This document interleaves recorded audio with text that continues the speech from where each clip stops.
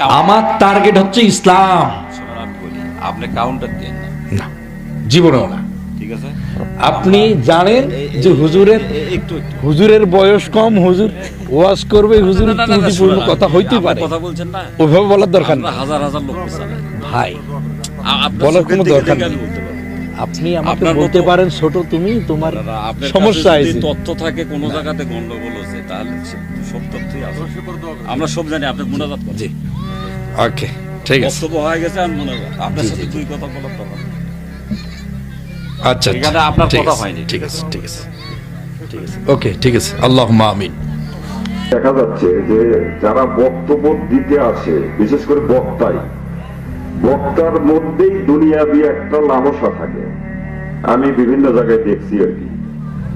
লালসাটা হচ্ছে এইরকম যে আকার ইঙ্গিতে একটা বিষয় বোঝানোর চেষ্টা করা হচ্ছে। এখানে হুজুররা যদি সারা জীবন বক্তব্য দেয় যে পরহেজগার লোক, ইমানদার লোক, নামাজি লোক, তাদেরকে সমাজে নেতা বানাতে হবে, তাদেরকে নির্বাচিত করতে হবে, হলো নির্বাচিত হওয়ার পরে ওখানে কি আল্লাহর আইন দ্বারা তারা দেশ পরিচালিত করতে পারবে? করতে পারবে? পারবে না। কিন্তু মানুষের তৈরি আইন দ্বারা দেশ পরিচালিত করতে হবে। তাহলে হুজুরদের যেটা উদ্দেশ্য সেটা হচ্ছে মানুষকে ইসলামের পথে নিয়ে আসা, হাদিস কোরআনের আলোকে মানুষকে বোঝানো। কিন্তু কোন কর্মে তাদের ভেতরে একটা লালসা থাকা যাবে না যে কোনো একটা দলের পক্ষে, যে আকার ইঙ্গিতে বোঝানো যে সবাইকে দেখলেন এখন অমুককে দেখেন।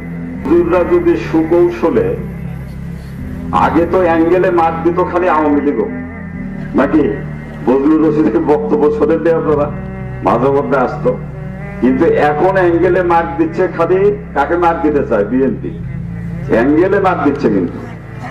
কিন্তু এখানে হুজুরদেরকে মনে রাখতে হবে যে এই ধরনের মেন্টালিটি নিয়ে যদি এই ইসলামী জলসাগুলো গোটা বাংলাদেশে পরিচালিত হয়, তাহলে কিন্তু পরবর্তী সরকার যদি জাতীয়তাবাদী দল বা বিএনপির আছে, হয়তো হুজুরদের কিছু হবে না, কিন্তু মানুষের যে এই যে ইসলামের প্রতি যে ডাকটা, এই ডাকটার প্রতি, হুজুরদের প্রতি মানুষের, মুসলমানদের একটা অনাস্থা আসবে মনের দিক থেকে, যে হুজুররা তাহলে কি কোনো দলের প্রতিনিধিত্ব করে কিনা।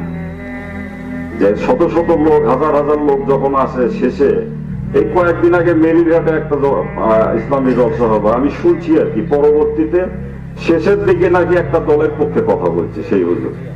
তো যদি